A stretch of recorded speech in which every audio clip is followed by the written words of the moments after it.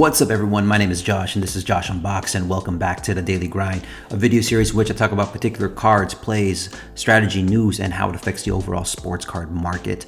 In other words, I'm just trying to find a way to help us navigate through the craziness of the sports card world today, as well as to help us make much more sound purchasing and selling decisions. And today I wanted to tackle on the topic of rarity. When I jumped back into the hobby a year ago, there was this whole thing I like to call the base revolution, where everybody was grading base cards, base rookies, prism base cards were going off the roof of superstars, prism base cards of Luka Doncic, Trae Young, Zion, Ja. People were grading them everywhere. And now, we're starting to see the ramifications of this overpopulation of base cards, base PSA 10s, base PSA 9s, in the fact that a lot of these cards have kind of stagnated a little bit. Now, during this whole entire base explosion, you got a group of collectors trying to educate everybody, saying, don't waste your time with the bases, buy into the rare cards. Now, as a collector slash investor, I do agree. I totally agree on that. At the end of the day, rarity will win, because if this market were to crash, the one thing that will sustain are the rare cards, are the iconic cards. And the reason being is because the only people left in the hobby will be the true collectors. And the true collectors are still going to be out there chasing the cards that they want. So there's still going to be a demand for these rare cards. Now, coming from the video game side of things, I used to be a former video game collector. I collected retro video games, anything from the NES all the way up to the PS4. And yes, rarity does matter, because I truly believe that. Because as a video game collector, I was into the rare games. Little Samson on the NES, Fire and Ice, Hagane for the SNES, Limited Run Games, which was a company that created physical media off of digital games, and they numbered them because they only made a finite amount of them. Rare collector's editions, I was really into those things because those are the games that sustained value. Despite all the common games, those rare games sustained value. And as more people came into the video game market, it created more demand for those games, which causes prices to rise. Now, when it comes to rarity, I like to put it into 4 pillars. Number 1, the tough to pull cards. Number 2, the numbered cards. Number 3, the short print cards. And number 4, the low pop cards based off of PSA's pop report. Now, when it comes to rarity, in my opinion, I think it's more than just buying a rare card. For long-term growth, you want to be selective as to which cards you choose. If you're buying it from a pure collector standpoint, then all that stuff doesn't matter. You're buying what you like, regardless of whether the card grows in value or not. You're just buying the cards that you like. And that's one of the beautiful things about being a collector, is that you don't really care about the perceived value or the future value of the card. You're just buying what you like. Now, for the long-term investment side, it really comes down to a multitude of factors. You got to consider the player, you got to consider the set, you got to consider the numbering, you got to consider the eye appeal, you got to consider the demand, etc., etc. When looking for rare cards, those are the kind of things to keep in mind. Now, I want to break down each pillar and talk about specific examples, and then at the end, give my thoughts on the whole entire rarity subject. For the first pillar, these are the tough to pull cards. Cards like Scoring Kings, Power in the Key, Titanium, Dunkin' Donuts, Jambalaya.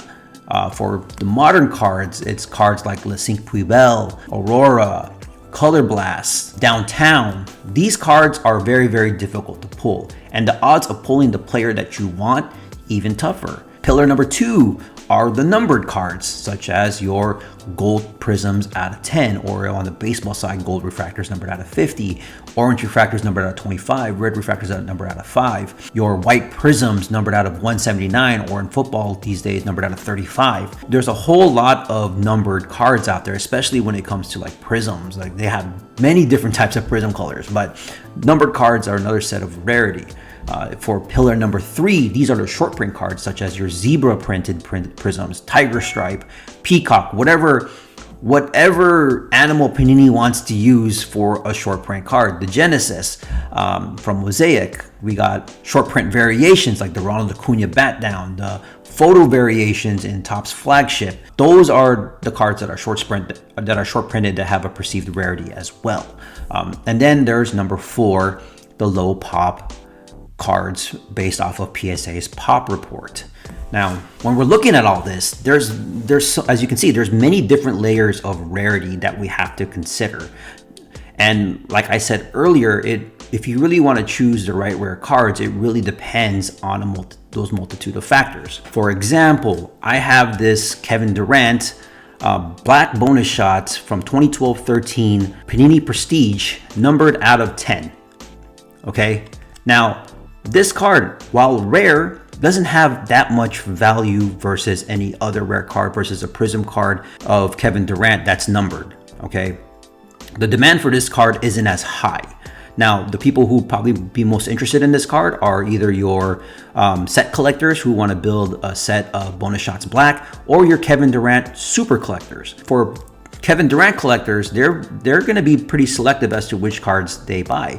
They would rather buy a different rare card over this one. Now, your Kevin Durant super collector are going to try to grab any kind of Kevin Durant card they can get. So this card would probably most likely appeal to those guys, right? So this is a case of the right player, but not quite the right set. Here's another card here. This is a gold auto Steve Smith. Not really much demand for this card. This is a card that's numbered out of 10, a card that I pulled out of a pack once. Now, who would want this card? A lot of hot collectors, Steve Smith collectors. The demand for this card is pretty low. It's rare, but low demand. So this card doesn't really have as much value. That's talking about numbered cards, right? When we're talking about tough pulled cards, you got cards like the Michael Jordan Scoring Kings. Now, who else was part of that set? Karl Malone, right? I think Karl Malone was part of the Scoring King set, but the demand for Karl Malone isn't as high as the demand for Michael Jordan. The people who would be interested in Karl Malone would be the ones who are Karl Malone collectors, Utah Jazz collectors, or set builders of the Scoring King set, right? Whereas Michael Jordan has a much greater demand. So yeah, it really does depend on those different types of factors. When it comes to short printed cards, we got cards like Courtside, right? The demand of short printed cards is what drives it. Everyone can put on their eBay listing super short print, but we don't know what the perceived print run is. We're led to believe that these cards are short printed, and it's as simple as putting SSP on there or SP, and that really drives the demand up. Depending on the perceived rarity of these short printed cards, yeah, some of these cards are actually pretty rare, and some of them we don't know. And then you got your low pop PSA cards. All right, now this is the one where it's usually the most dangerous, right? Because low pop PSA reports have a perceived rarity. Now you got to ask yourself certain questions when you're looking at these cards. It's not enough than just buying low pop cards because the pop is low. You got to ask yourself a couple of questions to determine whether it's a good buy or not. What's the demand of the card? 1, right? 2, why does this card have a low pop, right? Was it a card that wasn't graded as often, or was it a card that was very difficult to grade? So a lot of people don't consider the card worth grading if it can't grade a 10 or a 9. I'm going to use this card case in point. This is a 1990 Marvel Impel Stan Lee card. Right now, Marvel cards are booming, right? You go on eBay, you search PSA 10 Marvel Impel cards, and you're gonna see on the description low pop, low pop, low pop, low pop, which is true. These cards are low pop for now. PSA is probably flooded with a bunch of these. So pretty soon, within the next month or so, we're probably gonna see an influx of graded Marvel cards, and that perceived rarity is going to diminish. And that's why I say you got to ask yourself, why was this card not graded? Why are these cards not graded? Why is there a low pop? Because these cards actually appeal to a lot of comic book collectors. Comic book collectors, they're going to buy comics. They'd rather grade comic books versus grade their cards. And now you got an influx of a lot of sports card investors trying to jump onto Marvel because they feel that there's perceived rarity in it, and people are buying these cards, getting them graded, and pretty soon you're going to see that the pop is going to rise on these cards, and the value will probably diminish over time. Same thing happened when soccer first boomed with the Mbappe Prism card. There was a perceived low pop on that card, but once a lot of it entered the market, that value plummeted. So when you're looking at low pop cards, you're going to want to ask yourself those questions. Why is it a low population card? All right, this is the biggest thing. This is the one where people can probably get burned the most. Just because a card is low pop doesn't mean that it's rare. That's why you have to ask these questions. Is it a card that's very difficult to grade? If it's a card that's very difficult to grade, then I could understand the low pop nature of it. If it's a card that just wasn't worth grading back then and it's a low pop right now, then I'd be cautious about it. You know, if it's a card from the older days that has a low population, then yeah, a lot of us didn't keep those cards in great condition. So the perceived value of that low pop is pretty low. So there's a whole bunch of things to consider. Now, I'm gonna give one more example of a card that kind of hits all points. And it's this card here. This is a 2013 Prism Guard Duty Orange Prism of Kobe Bryant. We got the right set. This is Prism, right? This is Guard Duty. It's an insert set. It's the right player, Kobe Bryant, and it's low numbered. It's numbered out of 60. And plus it has a very low pop report. It's a PSA 9. I think when I first got this card graded, this was a pop 2. Now I believe it's like a pop 4, pop 6. I don't know. I haven't checked recently. But this is a perfect example of a rare card that has value. When you're looking into rare cards, there's a whole bunch of things to consider.